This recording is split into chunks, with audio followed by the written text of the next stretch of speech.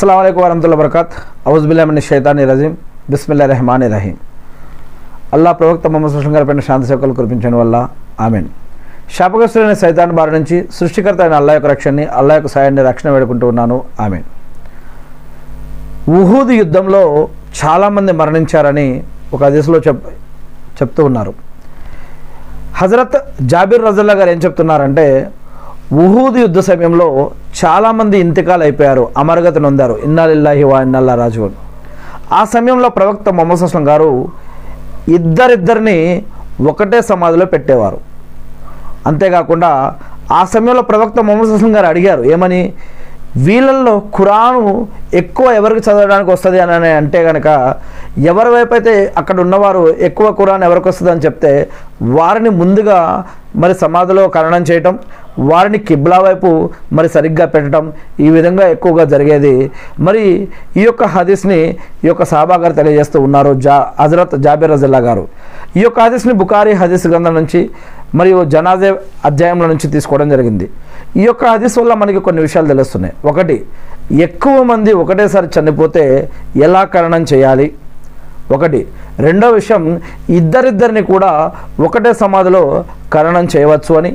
మూడవది, ఖురాన్ ఎక్కువ వచ్చిన వారిని మరియు ముందుగా సమాధిలో ఖననం చేయాలని. ఇక నాలుగవది, సమాధి చేసేటప్పుడు కిబ్లా వైపు వారిని ఉంచటం, ఇది కూడా ఒక పద్ధతి అని. ఇలాంటి మరి 4 పద్ధతులు ఈ యొక్క హదీస్ ద్వారా మనకు అర్థమవుతూ ఉంది. అంతేకాకుండా సమాధుల్లో 2 రకాలు ఉంటాయి. సాధారణంగా నలువైపుల నుంచి నిలువుగా తవ్వబడే సమాధిని మరి షక్ అని అంటారు.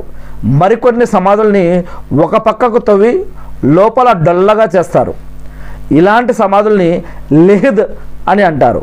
దాన్ని షక్ అని అంటే దీన్ని లిహిద్ అని అంటారు అన్నమాట.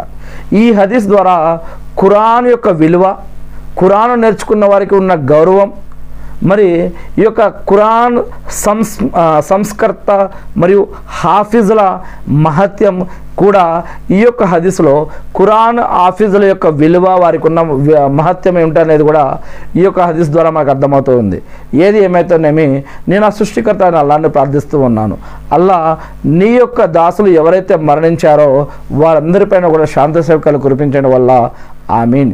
అల్లా నీ యొక్క దాసులు ఎవరైతే మరణించారో వారు బ్రతికి ఉండంగా చేసిన నమాజులు, ఉపవాసాలు, సదకా ఖైరాతులు, జకాతులు, హజ్ ఉమ్రాలు, దాన ధర్మాలు, మంచి పనులు, వీటన్నిటిని కూడా స్వీకరించి వారు చేసిన తప్పులను క్షమించి వారికి మరియు మాకు కూడా సమాధి శిక్షల నుంచి కాపాడి, ప్రళయదినం రోజు రక్షించి, నరకం నుంచి కాపాడి అందరికీ కూడా స్వర్గభాగ్యాన్ని ప్రసాదించడం వల్ల మీ యొక్క రూహ్ అల్లా, మీ యొక్క నూరుతోటి, మీ యొక్క రెహమత్ తోటి, మీ యొక్క కరుణతోటి అల్లా ఈ మరణించిన వారందరిని పైన శాంతి, నీ యొక్క దాసులందరిపైన కూడా శాంతి సేవకాలు కురిపించడం వల్ల అల్లాహు అక్బర్.